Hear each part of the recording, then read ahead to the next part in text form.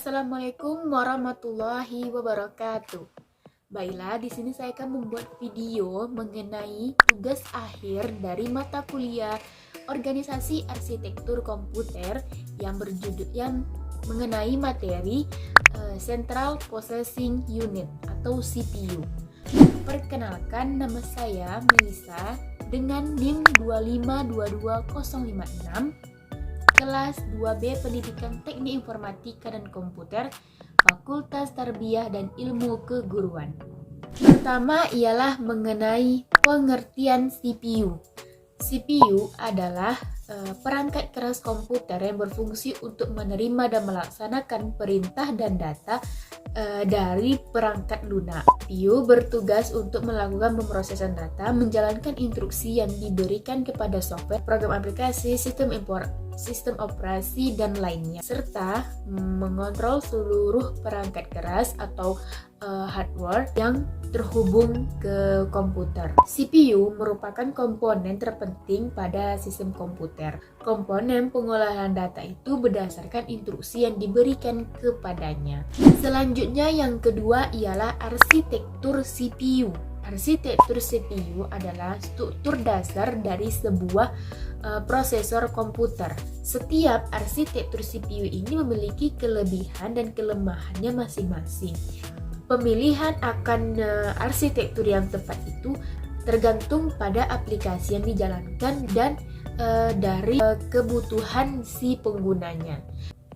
Ada 4 jenis dari arsitektur CPU ini. Yang pertama, arsitektur von Neumann.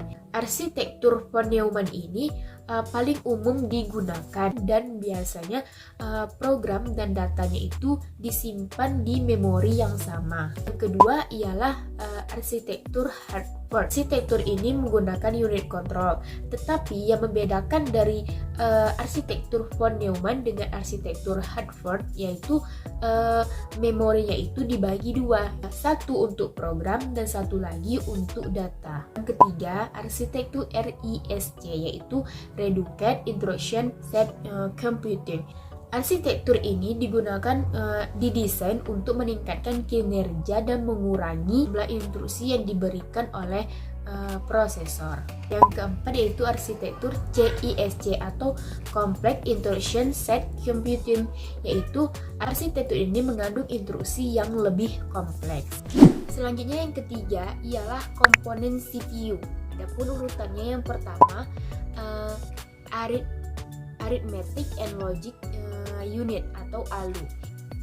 ALU ini merupakan sebuah komponen utama pada CPU, yang mana ALU ini bertanggung jawab untuk mengoperasikan aritmetik atau seperti AND, OR, dan NOT. ALU juga sering disebut sebagai bahasa mesin atau machine language, bahasa mesin, yang mana kerjakan instruksi-instruksi yang diberikan oleh bahasa mesin. Selanjutnya yang kedua ialah control unit atau CU. CU atau control unit ini bertanggung jawab untuk mengontrolkan operasi CPU dan mengarahkan aliran data antara CPU ke perangkat keras atau hardware lainnya. Tanpa adanya control unit dalam CPU ini tidak dapat dijalankan dengan baik dan juga tidak dapat menjalankan instruksi dengan baik. Selanjutnya yang ketiga ialah register.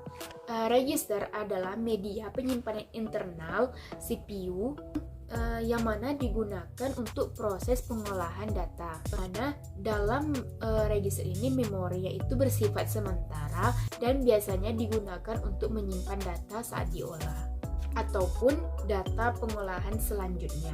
Selanjutnya ialah yang terakhir dalam urutan komponen CPU ialah CPU interconnection. CPU interconnection ini adalah jaringan sinyal elektronik yang menghubungkan berbagai komponen pada CPU untuk mengirim data dan instruksi antar komponen.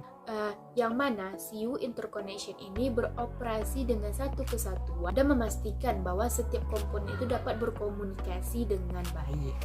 Selanjutnya yang keempat ialah fungsi CPU. Fungsi dari CPU ini ialah menjalankan program-program yang disimpan di memori utama. dengan cara mengambil instruksi, menguji instruksi, dan mengeksekusi instruksi sesuai perintah atau sesuai dengan alur perintah. Dalam mengambil pengolahan instruksi ini ada dua langkah, dapat kita lihat di PPT, ada operasi pembacaan instruksi dan operasi pelaksanaan instruksi. Namun yang kelima ialah kecepatan CPU. Kecepatan CPU ini adalah ukuran yang mana sebagai ukuran kecepatan prosesor. Seberapa cepat prosesor itu dapat menyelesaikan tugasnya. CPU ini dapat diukur dengan kecepatan Hertz dengan menunjukkan jumlah instruksi pada CPU dengan 1 detik. Adapun kecepatan dalam CPU ini juga dipengaruhi oleh faktor-faktor seperti suhu lingkungan, pendingin sistem, dan faktor-faktor lain yang akan dapat mempengaruhi kinerja CPU. Selanjutnya yang keenam ialah siklus atau cara kerjanya CPU. Cara kerja CPU yang pertama, CPU itu dimulai dengan unit kontrol mengambil instruksi dari memori dan memuatnya ke dalam register instruksi. Setelah instruksi dipecah menjadi beberapa bagian dan tindakan yang harus dilakukan atau ditentukan, unit pemrosesan itu melakukan tindakan yang ditentukan oleh instruksi tersebut. Unit pemrosesan dapat melakukan operasi matematika atau logika, mengambil atau menyimpan data ke memori, dan melakukan operasi lainnya. Hasil dari tindakan tersebut kemudian dikirim kembali ke memori atau perangkat keluaran. Proses ini berulang terus-menerus dengan unit kontrol mengambil instruksi yang diberikan di memori dan mengulangi siklus tersebut. Selanjutnya yang ketujuh ialah fungsi core pada CPU. Fungsi core pada CPU adalah untuk meningkatkan kinerja pemrosesan pada sebuah komputer dengan memiliki beberapa core. CPU ini dapat menjalankan instruksi sekaligus. Setiap core pada CPU terdiri dari unit pemrosesan independen yang terdiri dari register, unit kontrol, dan unit pemrosesan sendiri. Keuntungan lain dari memiliki beberapa core pada CPU adalah kemampuan untuk meningkatkan efisien daya. Yang ke-8 ialah overclocking pada CPU. Overclocking pada CPU ini adalah tindakan untuk meningkatkan kecepatan clock CPU yang melebihi kecepatan standar pabriknya. Tujuan dari overclocking ini adalah meningkatkan kinerja CPU sehingga dapat memproses tugas dengan lebih cepat dan efisien. Overclocking sendiri ini memiliki resiko yang mana kecepatan CPU ini dapat meningkatkan suhu CPU yang berlebihan, dapat merusak komponen yang ada pada CPU jika tidak ditangani dengan baik. Adapun beberapa hal yang akan kita lakukan untuk meminimalkan resiko akan overclocking pada CPU ini.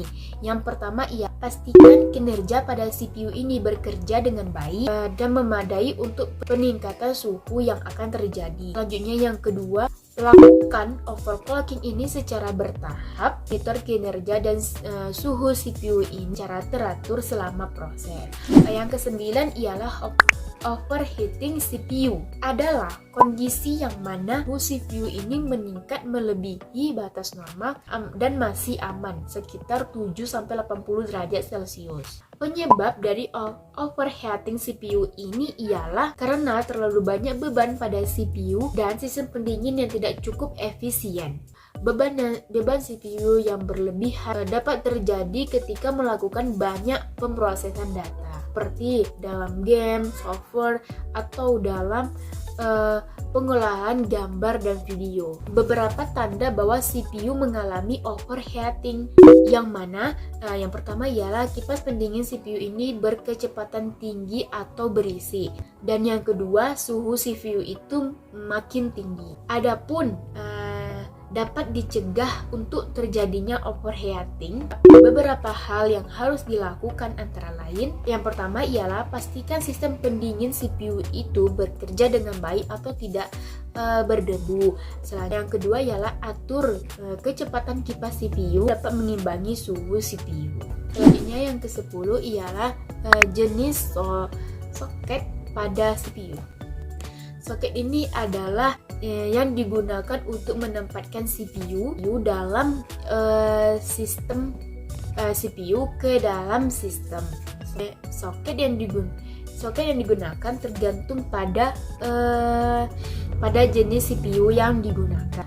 Berikut jenis-jenis dari soket pada umumnya. Yang pertama ada LGA. Dapat teman-teman lihat pada PPT. LGA atau Line Grid Array. Yang kedua adalah PGA atau Pin Grid Array.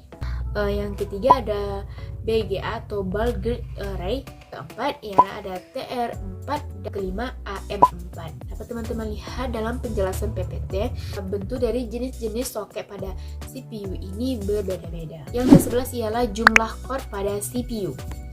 Jumlah core pada CPU ini bervariasi gantung pada jenis dan spesifikasi CPU. Pada umumnya CPU ini memiliki 2 hingga 16 core tergantung dari tujuan penggunanya. Adapun dari CPU 2 sampai 4 core itu digunakan pada komputer pada umumnya yang digunakan hanya untuk browsing web, pengolahan dokumen dan lain-lainnya. CPU dengan 6 hingga 8 core yaitu digunakan dengan aplikasi yang lebih berat seperti nanti dengan tujuan penggunanya itu seperti gaming, pengeditan video, rendering grafis. CPU dengan 10 hingga 16 core digunakan dengan tujuan yang sangat berat dari penggunanya, yaitu dengan reading animasi dan analisis data dan lain-lainnya. Namun perlu teman-teman ingat bahwa jumlah core pada CPU ini adalah satu-satunya faktor akan penentu pada kinerja sebuah sistem. Yang terakhir ialah terminal decide power atau TDP pada CPU. Adalah ukuran daya yang diharapkan untuk dikonsumsi oleh CPU saat bekerja pada level tertentu. Dapat diukur dalam watt. TDP menunjukkan jumlah daya yang dihasilkan yang perlu didinginkan oleh sistem pendingin dan menjaga suhu CPU tetap stabil. TDP ini juga dapat bervariasi tergantung pada jenis CPU, jumlah core, dan kecepatan clock. TDP juga dapat menjadi faktor penting dalam memilih komponen pada sistem komputer, terutama untuk sistem dengan daya yang terbatas seperti laptop atau mini PC. Selanjutnya, dalam slide PPT selanjutnya ialah teman-teman dapat mengerjakan kuis dari nomor 1 sampai nomor 5. Nomor 1 ialah otak dari komputer adalah. Nomor 2, sebutkan jenis arsitektur apa yang digunakan secara umum. Nomor 3, CPU terdiri dari 2 bagian utama yaitu. Nomor 4, bertugas membentuk fungsi pengolahan data komputer adalah fungsi dari. Nomor 5, media penyimpanan internal CPU yang digunakan saat proses pengolahan data adalah fungsi dari. Baiklah, sekian penyampaian video penjelasan mengenai Central Processing Unit. Saya akhiri dengan wassalamualaikum warahmatullahi wabarakatuh.